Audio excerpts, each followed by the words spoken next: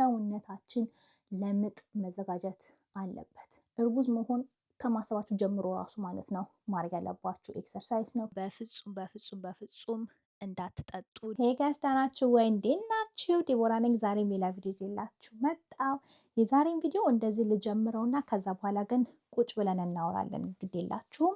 የዛሬ ቪዲዮ ላይ ያሰብኩትኝ እንዴት አሁን እንደምታውቁት ሁለተኛ ልጅን እየጠበቅኩ ነው። በቅርቡ ሆዴን ማንንጫ አሳይቻችሁ አላውቅም መሰለኝ። አሁን እንደምታዩት ትንሽ ትልቅ ነው ማለት ደርሷል ጊዜው። ከ3 ሳምንት በታች ነው የቀረን እና አምጡ ለመውለድ በድጋሚ እያረኩ ያለኋቸውን ዝግጅቶች ለእናንተም ላካፍላችሁ ብዬ አሰብኩኝ። በተለይ የመጀመሪያ እናቶች ከሆናችሁ አላኔ ከመጀመሪያ ልጄ የዛሬ ዓመት ነው ልጄ የተወለደችው። የዛሬ ዓመት የሄድኩበትን ያለፍኩበትን ጉዞ ከሱ የተማርኩት ነገር አለ። ከሱም ደግሞ የዛን ያላረኳቸው አሁን ማድረጋቸው ነገሮች አሉ እና እነዚህ በጣም ጠቃሚ ነጥቦች ስለሆኑ እውነቴን ነው የምላችሁ። እንዴትም ብትዘጋጁም እንዳሰባችሁት ላይሆን ይችላል ልጅ መውለድ ሲመጣ ማለት ነው። ምክንያቱም ሚሊየን ነገር ተዘጋጅታችሁ እናንተ 100% ዝግጁ ነኝ ብላችሁ ልጃችሁ ሌላ ሀሳብ ሊኖረው ይችላል። እሱ ብቻ ሳይሆን ደግሞ እንዳሰባችሁት ላይሄድ ይችላል። ስለዚህ መዘጋጀት ጥሩ ቢሆን እዚህ ጋር በነገራችን ላይ ሎንድሪ ያጠብኩት ልብስ ነበርና እሱን እያጣጠፍኩኝ ነው በዛውም ሳወራችሁ። እንዴትም መዘጋጀት ጥሩ ነው 100%። ግን አላ ስትዘጋጁ ሰውነታችሁን ምናችሁን ኦፍኮርስ ማዘጋጀቱ በጣም የሚረዳው። ለምን ምን ያሁን እያደረኩ ያለሁትን ዝግጅቶች ለእናንተም ላካፍላችሁ ብዬ አሰብኩኝ። በድጋሚ እናንተም ይሄንን ሀሳቦች ነጥቦች ሰምታችሁ ማለት ነው መጨመር የምትፈልጉት ነገር ካለ ከዚህ በፊት ልጅ ወልዳችሁ የምታውቁ ሰዎች አስተያየታችሁን ታች ጽፋችሁ ነገሩኝ። ምክንያቱም እንረዳዳ እንደነገርኳችሁ ለእኔም ነጥቦቻችሁ ይረዳኛል፣ ለእናንተም ይሄ ቪዲዮ ይረዳችኋል ብዬ አስባለሁ። በድጋሚ ኤኒ ታይም መቼም እርጉዝ ስትሆኑ መታችሁ መመልከት ትችላላችሁ። ድንገት እንኳን እርጉዝ ካልሆናችሁ እና ደግሞ ብታዳምጡም አይከፋም። እውነት ለመናገር እኔ እርጉዝ ከመሆኔ በፊት ምንም አይነት እውቀት አልነበረኝም ማለት ይቻላል ልጅ ስለመውለድ። ስለዚህ እንደኔ መሆን አትፈልጉም። እውነቴን ነው የምላችሁ። እርጉዝ ከሆንኩኝ በኋላ በጣም ብዙ ሪሰርቾች ማድረግ ነበረብኝ። እህቶቼ እግዚአብሔር ይመስገን ወረድ የወለዱ እህቶቼ የወንድሜ ሚስት ስለነበሩ ማለት ነው አጠገቤ። እናቴም ኦፍኮርስ ስላለች ከነሱ ብዙ ተምሬያለሁ። ለዛም ነው መሰለኝ በጣም ሪላክስድ ሆኜ የነበረው መጀመሪያ ላይ። ምክንያቱም ኦፍኮርስ እነሱ አሉ አጠገቤ። ስለዚህ አላኔ ብዙ ሪሰርች መስራት እንደ ብቻዬን ብሆን ብቻ ሴት ብሆን ቤት ውስጥ ለምሳሌ ይከብድ ነበረ ብዬ አስባለሁ። ነገር ግን የእነሱ መኖር አቅልሎልኝ ነበረ ብዬ አስባለሁ። ግን መዘጋጀት ወሳኝ ነገር ነው። ለምን አሁን ማድረጋቸውን ነጥቦች እናውራ። ምክንያቱም ይሄንን ልብስ እያጣጠፍኩ ላወራችሁ ነበረ፣ ግን ራሴንም ዲስትራክት እያደረገኝ ስለሆነ ቁጭ ብለን እንነጋገር። ሻያችሁን ቡናችሁን ይዛችሁ ኑ፣ ኩኪሳችሁን ይዛችሁ ኑ። በድጋሚ አስተያየታችሁን እናንተንም ታች ጽፋችሁ ንገሩኝ። ልጆች ያላችሁ ሰዎች ደግሞ ስንት ልጆች ነው ያላችሁ? እያንዳንዱ ውልጃ ነው የሚባለው። እንዴት ነበረ ለእናንተ? አመጣችሁ ነው የወለዳችሁት ወይስ ደግሞ በሲሴክሽን የወለዳችሁት? በሁለቱም መንገድ መውለድ ስቃይ ነው። እውነት ለመናገር ቀላል አይደለም ልጅ መውለድ። ነገር ግን እነዚህ ቀድመ የምናደርጋቸው ዝግጅቶች ሰውነታችንን አዘጋጅቶት ማለት ነው በኋላ የሚመጣውን ስቃይ ሊያቀሉት ይችላሉ። እና ለዛም ነው እኔም እነዚህን እያደረኩ ያለሁት ለእናንተም የማካፍልበት ምክንያት። እሺ እንግዲህ ኖቴን ይዤ እዚህ ጋር መጥቻለሁ። እንደነገርኳችሁ ማድረግ ያለባችሁና ማድረግ የሌለባችሁንም ነገር በተለይ አንድ ወሳኝ በእኛ በባህል የተለመደ ነገር አለ የምናደርገው። እሱን እንዴት ጎጂ እንደሆነ እነግራችኋለሁ። እሺ ስለዚህ እስከ መጨረሻ ድረስ ቪዲዮን ተከታተሉ። በድጋሚ ለምን ነው አሁን ቀጥታ መጀመሪያ መጥቀስ የምፈልገው ራሳችሁን ስለ መውለድ ትምህርት መስጠት አለባችሁ። ምንም ሀሳብ ከሌላችሁ እንዴት ነው የሚወለደው? ምን ነገሮች አሉ? አሁን ለምሳሌ በአመጣችሁ የምትወልዱ ከሆነ ማለት ነው የተለያዩ መንገዶች አሉ። የተለያዩ ፔንኪለሮች አሉ። እነሱ ፔንኪለሮች እንዴት ነው የሚረዱኝ? መች ነው መውሰድ የምፈልገው? አሁን ለምሳሌ ጋዘን ኤር የሚባል ነገር አለ። እኔ ጋዘን ኤር መጀመሪያ ለልጅ ማለት ነው ዲክላይን ያደረኩት፣ ምክንያቱም ብዙ እንደዚህ ሪሰርችን ስሰራ አንዳንዱ ሰው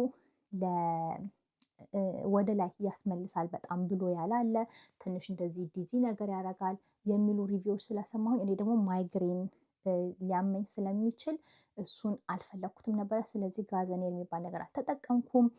በድጋሚ አንዳንዱ ሰው ደግሞ የመጨረሻ የሚወደው አለ። ስለዚህ ሪሰርቻችሁን ስሩ። ምን አይነት ፔን ሪሊፎች አሉ? በድጋሚ ኤፒዱራል አለ። ኤፒዱራልስ መቼ መውሰድ እችላለሁ? መውሰድ ፈልጋለሁ ወይ? የሚሉትን ነገሮች እነዚህን ነገሮች ሪሰርች ማድረግ አለባችሁ። ውሃ ውስጥ ነው መውለድ የምፈልገው ወይስ ደግሞ እንዲሁ ምንም አይነት መድኃኒት ሳልወስድ አምጬ መውለድ ፈልጋለሁ ወይ? የሚሉትን ሪስኮቹንም ጥቅሙንም ቼክ ማድረግ አለባችሁ። ስለዚህ ዶክተር ካላችሁ ሚድዋይፍ ካላችሁ ጥያቄ ዘርዝራችሁ ማለት ነው ጥያቄያችሁን ይዛችሁ ሄዳችሁ ስለ አንዳንዱ ነገር መማር እንዳትረሱ። አሁን እኔ የውሃ በርዝ የሚባለው ዎተር በርዝ በሱ በጣም ኢንተረስትድ ነኝ ለአሁኑ ጊዜ ማለት ነው። ስለዚህ እስቲ እሱን ሌሎች ሰዎች ያለፉበት ካሉ እግዚአብሔር ዩቲዩብን የሰጠን ለዚህ ነው፣ የተለያዩ የሰዎችንም ኤክስፒሪየንስ እንድንሰማ ማለት ነው። እና እስቲ የዎተር በርዝ የሰጡ ሰዎች እንዴት ነው ኤክስፒሪየንሳቸው የነበረው የሚለውን ብዙ ቪዲዮዎች አይቻለሁ። ስለዚህ እንደ አማራጭ ኮንሲደር እያረኩት ነው ማለት ነው። ልሞክረው እችላለሁ። ያው እሱም ዎተር በርዝ የምታደርጉ ከሆነ ኤፒዱራል ኤፒዱራል መውሰድ አትችሉም፣ ምክንያቱም መንቀሳቀስ ስላለባችሁ። ስለዚህ እነሱን እኔም እያጠናሁ ነው ልላችሁ ነው። እና ራሳችሁን ከሌሎች ሰዎች ኤክስፒሪየንስ ማዳመጥ እንደዚህኛ መተን ቪዲዮ ምንሰራላችሁ። ለዛ ነው ዩቲዩብ ላይ የዛሬ ዓመት ልጄን የወለድኩኝ ጊዜ የመጀመሪያ ልጄ ማለት ነው የበርዝ ስቶሪን እኔም ሰርቼላችሁ ነበረ። እሱን ሄዳችሁ ማዳመጥ ትችላላችሁ። የአሁኑንም ደግሞ እግዚአብሔር ብሎ ከወለድኩኝ በኋላ እንደዚሁ ሌላ ሁለተኛ በርዝ ስቶሪ እርግጠኛ ነኝ በጣም የተለየ ሁኔታ ስለሚሆን እሱንንም በርዝ ስቶሪ ሰራላችኋለሁ። ፖዚቲቭ የሆኑ እንደዚህ አዳምጡ። የሰዎችን ኤክስፒሪየንስ መስማትም በኋላም እንኳን ካለፋችሁበት በኋላ ኦኬ እኔ ብቻ አይደለሁም በዚህ ውስጥ ማልፈው እንደዚህም ይሆናል ለካ እያላችሁ ራሳችሁን ማጽናናት ትችላላችሁ ልበል። በሁለተኛ ደረጃ ይሄ ከወሬ ዝግጅቱ አንዱ ማለት ነው። ይሄ በርዝ ፕላናችሁን ወይ ደግሞ እንዴት ነው መውለድ መፈልገው የሚለውን እንዲህ ከወሰናችሁ በኋላ ሪሰርቻችሁን ሰርታችሁ እሱን ጽፎ ማስቀመጥ ነው።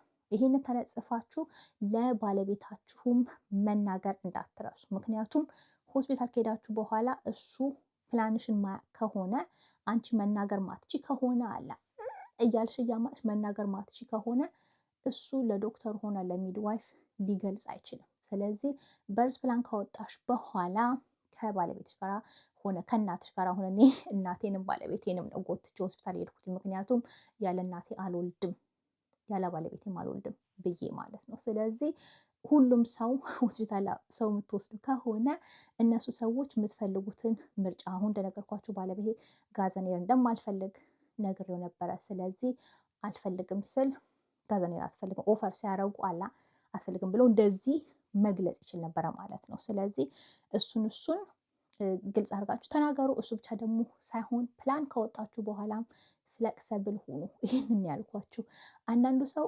በአምጭ ወልዳለሁ ብሎ ይዘጋጅና የኢመርጀንሲ ሲሴክሽን የሚሆን ሰው አለ። ምክንያቱም ልጅየው አልወጣ ብሎ ወይ ተቀርቅሮ ወይ ፖዚሽኑ ልክ አይደለም፣ የተለያዩ አጋጣሚዎች ሊሆኑ ይችላሉ። ስለዚህ አእምሯችሁን ለተለየም ነገር ፕላን ቢኖራችሁም ለተለየም ነገር ዝግጁ ማድረግ በጣም በጣም በጣም ወሳኝ ነው። አምጬ ስወልድ ማለት ነው ምንም አይነት ፕላን አልነበረኝም ማለት ሰውነቴ የሚያደርገውን ነገር ያውቃል።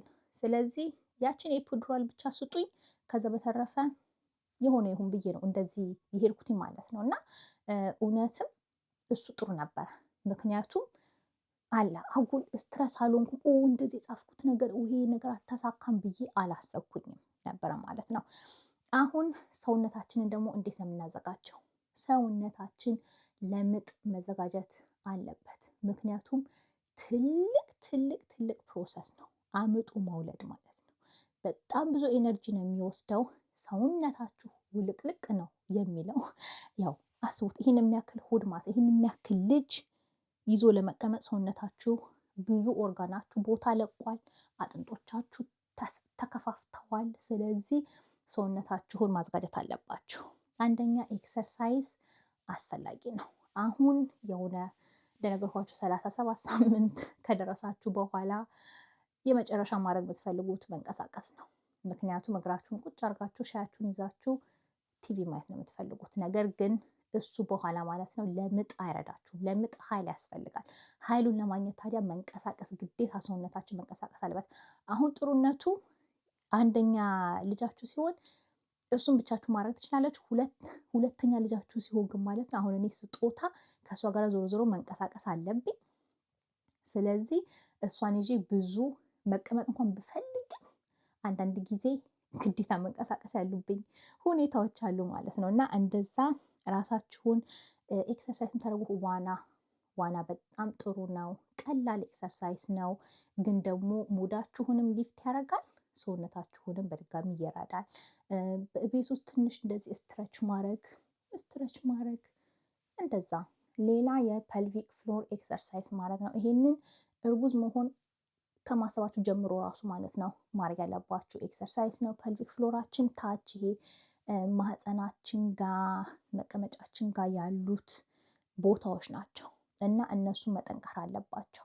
በድጋሚ ልጅ ደግሞ አምጠን እንደዚህ ስንወልድ ያ ቦታ ስለሚከፋፈት አጥንቶቻችን ስለሚላቀቁ መልሰን እንዲጠነክር እነዚህን ኤክሰርሳይሶች ማድረግ አለብን። እኔ የምመክራቸውን ታች ሊንክ አድርጌ ያስቀምጥላችኋለሁ በድጋሚ እና ሁል ጊዜ ከወለዳችሁ በኋላም ይሄ ለመውለድ ብቻ ሳይሆን ከወለዳችሁ በኋላም ማድረግ መቀጠል ያለባችሁ ኤክሰርሳይዝ ነው። ምክንያቱም ሽንታችሁ እንዲያመልጣችሁ አትፈልጉም። በኋላ ከ2 ዓመት በኋላ ማለት ነው አንዳንድ ሰው ሽንታችሁን መቆጣጠር እንድትችሉ የሚረዳው ያ የፐልቪክ ፍሎራችን ነው። ስለዚህ እሱን ካላጠነከር ነው በድጋሚ ብዙ ሰዎች ሽንታቸውን ዝም ብሎ መልቀቅ አላ ሳቅ ስትሉ ምናምን ስትሉ መቆጣጠር የሚያቅታችሁ ከሆነ ያ ፐልቪክ ፍሎራችሁ ተጎድቷል ማለት ነው። ስለዚህ እሱን ማጠንከር አለባችሁ። ኤክሰርሳይዝ ቼክ መደረግ ትችላላችሁ ሄዳችሁ። በድጋሚ ለኃይል ደግሞ የሚረዱ በኋላ ለምጥ የሚረዱ ምግቦችንም መመገብ እንዳትረሱ። ስለዚህ አሁን እኔ ኦትስ ጠዋት ቁርሴን ተመስገን አየሩን ቀዝቀዝ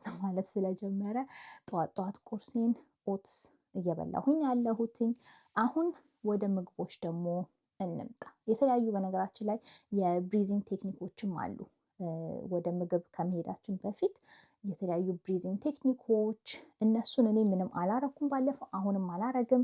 እውነት ለመናገር ጊዜ የለኝም። አይ ዶንት ኬር። እነዚህ ብሪዚንግ ቴክኒኮች በጣም ቆንጆ ናቸው። በጣም ብዙ ሰዎች 100% እጃቸውን ምለው የሚረዱ ነገሮች ናቸው። ነገር ግን እንደነገርኳችሁ እኔ ባለፈው ልታም እሱ ሳያስፈልገኝ ስላለፍኩኝ አሁንም አያስፈልገኝም ብዬ አልፈዋለሁ። ነገር ግን እናንተ የምታስቡ ከሆነ በተለይ በጣም በቀላሉ የምትጨነቁ ከሆነ ስትረስ የምታረጉ ከሆነ ማለት ነው እንደዚህ ራሳችሁን ሪላክስ ማድረጊያ ብሪዚንግ ቴክኒኮች መዘጋጀት ትችላላችሁ። አሁን ወደ ምግብ ስንመጣ ምን ነገሮች እያደረኩ ነው ያለሁትኝ? አንደኛ ቴምር መብላት። ቴምር እንዴት እንደምወድ ልነግራችሁ አልችልም። ነገር ግን አሁን በየቀኑ ስትበሉት የሆነ ቦታ ላይ ያስጠላችኋል። ነገር ግን ቴምር መብላት በጣም አስፈላጊ ነው። በቀን ትልልቁን ቴምር ከሆነ ወደ 4 ሳይዝ ከ4 እስከ 6 የሆነ ብትበሉ በጣም ይመከራል። እና እሱ ምንድነው የሚያደርገው? ሰርቪክሳችሁን ታች ማለት ነው እንዲለሰልስ ይረዳል። ስለዚህ በኋላ አንደኛ ቅድም ብዙ እንዳይኖራችሁ ይረዳል። እሱ ብቻ ሳይሆን ደግሞ ልጁም በቀላሉ መውጣት እንዲችል ያንን ቦታ ያለሰልሰዋል። ስለዚህ ይሄ በጣም ብዙ ሰዎች የሚመክሩት ነገር ነው። ብሉ። ማትወዱትም ነገር ቢሆን በኋላ ትወዱታላችሁ። በየቀኑ 6 ስትበሉ ትወዱታላችሁ እና የሚረዳችሁ ነገር ስለሆነ ሌላ ደግሞ የሚባለው ጥቅሙ ማለት ነው የሌበሩን የምጡን ሰዓትም ለመቀነስ ይረዳል ይባላል። ስለዚህ በድጋሚ ብሉት፣ በኋላ ጥቅሙን ታያላችሁ። አሁን እንደዚሁ መብላት ማትወዱ ሰዎች ካላችሁ እኔ አንዳንድ ጊዜ ማለት ነው ስልችት ሲለኝ ስሙዚ ውስጥ አረገዋለሁ። 1 ሙዝ፣ ከዛ በኋላ ፒናት በተር፣ ከዛ በኋላ 6ቱንም ዴትስ ማለት ነው ጨምርበትና ፍጭት አረገዋለሁ። ከዛ በኋላ በሱ በቀላሉ ግጥም አድርጋችሁ መጠጣት ትችላላችሁ። እና መብላት ማግኘት እኔ በጣም ነው የምወደው። ሲጀመር ግን ማትወዱ ሰዎች ካላችሁ እሱም ይረዳችኋል እላችሁ ነው። እና በጣም ብዙ ሪሰርቾች በጣም ብዙ የታወቁ እንደነገርኳችሁ ይሄ 100% ሪሰርች የተሰራበት ነገር ባይሆንም በጣም ብዙ ኤቪደንሶች አሉ እንደሚረዳ ማለት ነው። ስለዚህ አመጣችሁ የምትወሉ ከሆነ ዴትሳችሁን ወይ ደግሞ ቴምራችሁን ብሉ። ግን ከ36 ሳምንት ጀምሮ እና ቶሎ ብላችሁ ደግሞ መጀመር አትፈልጉ። በጣም ቶሎ ማለት ነው። አንደኛ ጣፋጭ ናቸው፣ ያወፍራሉ። በጣም ጣፋጭ ነው፣ በጣም ስኳር ብዙ አለው እና ያን ሁሉ መብላት ራሱ ያወፍራል። ግን እሱ ብቻ ሳይሆን ደግሞ ከ36 ዓመት አካባቢ ብትጀምሩ ነው የሚመከረው። ስለዚህ እሱን አድርጎ ሌላ ሁለተኛ ፓይናፕል ነው። ይሄ ፓይናፕል ያሽራል ነው ምንድን ነው የሚባል ነገር አለ እና እሱን ቶሎ ከወሰዳችሁ ቶሎ ሳትወስዱ ይሄንን እኔ እውነት ለመገብ ፓይናፕል መጀመር አሁን ነው በ37 ሳምንት ላይ ነው የጀመርኩት። ያን ያህል ቀድሜም አልጀመርኩም። ምክንያቱም ምንድነው የሆነ ኤንዛይም አለው በድጋሚ እሱኛውም እንትን ነው ሰርቪክሳችሁን ያለሰልሳል፣ ያዘጋጀዋል ለመውለድ። እሱ ብቻ ሳይሆን ደግሞ ግን ኮንትራክሽንም ሊያስጀምር ይችላል። ስለዚህ ቀድሟችሁ በጣም ብዙ መውሰድ አትፈልጉም። በድጋሚ ከ37 ሳምንት በኋላ ልጃችሁ ፉል ተርም ነው፣ ኤኒ ታይም ቢወለድም ሬዲ ናቸው ለመወለድ ማለት ነው። ስለዚህ ፓይናፕላችሁን መውሰድ በጣም ጥሩ ነው። ኦፍኮርስ ለጨጓራችሁ ተጠንቅቃችሁ አርጉት። ሌላ ሙዝ፣ እንደዚህ አቮካዶ፣ በድጋሚ ኦትስ እንደነገርኳችሁ ጠዋት የምበላው እነሱ ኃይል እንዲኖራችሁ በኋላ ያዘጋጃሉ። ስለዚህ ኃይላችሁን በጣም የሚረዱ ነገሮች መብላት የምትፈልጉት እኔ ዝም ብሎ ሆዳችሁ የሚሞላ ነገር ሳይሆን በተለይ ከ36 ሳምንት ጀምሮ። ሌላ በአሁኑ ያረኩትኝ ይሄንን በመጀመሪያ እርግዝና ያላረኩትኝ የራዝበሪ ሊፍቲ መጠጣት ነው። የራዝበሪ ሊፍቲን አሁን በቀን 2 ሻይ ስኒ ማለት ነው እያረኩኝ የጠጣሁኝ ነው። እሱ በጣም ጠቃሚ ነው ይባላል። በድጋሚ ኤቪደንስ የለም አላ ሳይንቲፊክ የተሰራበት ሪሰርች የለም። ነገር ግን በጣም ለዩትረሳችሁና በኋላ ኮንትራክሽን ላይ ሲመጣ ኮንትራክት ለማድረግ ይረዳል ተብሎ ይታመናል። ስለዚህ ቀድማችሁ መውሰድ በተለይ መጀመሪያ እርግዝና አካባቢ ላይ መጀመሪያ ሳምንቶች ላይ መውሰድ አትፈልጉም። ሌት ፕሬግናንሲ ላይ ወደ መጨረሻ አካባቢ ስትደርሱ ከ32 ሳምንት ጀምሮ ነው መሰለኝ የሚመከረው። በድጋሚ እኔ ግን ከ36 ሳምንት ጀምሮ ነው የጀመርኩትኝ። ስለዚህ የራዝበሪ ሊፍቲ በእኔ ከአማዞን ያዘዝኩትኝ ሊንክ አደርግላችኋለሁ።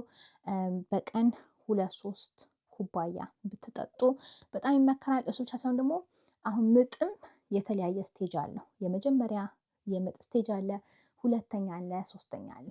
እቺ የሁለተኛዋን እሷን ፓርት ማለት ነው ለማሳጠር ይረዳል ተብሎ ነው የሚታመነው። ስለዚህ ጠጡ። እኔም አሁን እየጠጣሁ ነው። እንግዲህ እዚህኛው ውልጃ ላይ የሚያመጣውን ለውጥ እስቲ አብረን እንመለከታለን፣ ነግራችኋለሁ በኋላ ከእግዜር ብሎ ከወለድኩኝ በኋላ ማለት ነው በሰላም። በድጋሚ የመጀመሪያ እርግዝና ላይ አልወሰድኩትም። ነገር ግን በጣም ቆንጆ ነው ተብሎ ይታሰባል። ሌላ ኤክሰርሳይዝ ኳሱ ትልቁ ኳስ አለ አይደለ? እሱን ላይ ቁጭ ብሎ ኤክሰርሳይዝ ማድረግ በቀን 10-15 ደቂቃ ቢያንስ እሱን ማድረግ በጣም ጥሩ ነው። ለምንድነው? ልጃችሁ ወደ ታች ሲወርድ ማለት ነው ኢንጌጅ እንዲያደርግ ቆንጆ ኢንጌጅ እንዲያደርግ ይረዳል። ስለዚህ የልጃችሁን አቀማመጥ እኔ ባለፈው የሚድዋይፍ ቀጠሮዬ ላይ በጣም ቆንጆ ነው አቀማመጡ ብላኝ ነበረ። ስለዚህ የልጃችሁን አቀማመጥ እንዲህ ዝግጁ ሆኖ ማለት ነው ወደ መውለጃው ካናል እንዲያልፍ ይረዳል። ስለዚህ እሱን ኤክሰርሳይዝ ቦላችሁ ለቁጭ ብላችሁ ቲቪ የምታዩ ከሆነ ቁጭ ብላችሁ 15 ደቂቃ እሱ ላይ ኤክሰርሳይዝ ማድረግ ለጀርባችሁ በጣም ጥሩ ነው።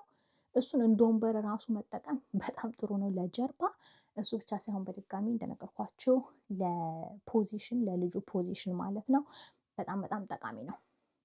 አሁን እነዚህ ነገሮች ነው እያደረኩ ያለሁት። በድጋሚ የረሳኋቸው ነገሮች ይኖራሉ እርግጠኛ ነኝ። ታች እናንተ ማስተያየታችሁን ንገሩኝ። አሁን ሌላ እንዳታረጉ ብዬ የምመክረው ማለት ነው። ይሄ በባህል ተልባ በጣም ጥሩ ነው ልጅ ለመውለድ እንትን ለማለት ተብሎ ይታሰባል። ተልባ በፍጹም በፍጹም በፍጹም እንዳትጠጡ፣ ደማችሁ እንዲፈስ፣ ደማችሁ ክሎት እንዳያረግ የሚረዳ ነገር ነው። ስለዚህ በምጥ ስትወልዱ ደም ብዙ የሚፈሳችሁ ከሆነ ማለት ነው ፍላክሲድ ወስዳችሁ ከሆነ እሱ አንደኛ ምክንያት ሊሆን ይችላል። እና ምንም በትራዲሽን እኛ በባህላችን ጥሩ ነው ውሰዱ ይረዳል የሚባል ነገር ሰምታችሁ ከሆነ በፍጹም በፍጹም በፍጹም እንዳታረጉት፣ እንዳትወስዱት የማይመከር ነገር ነው።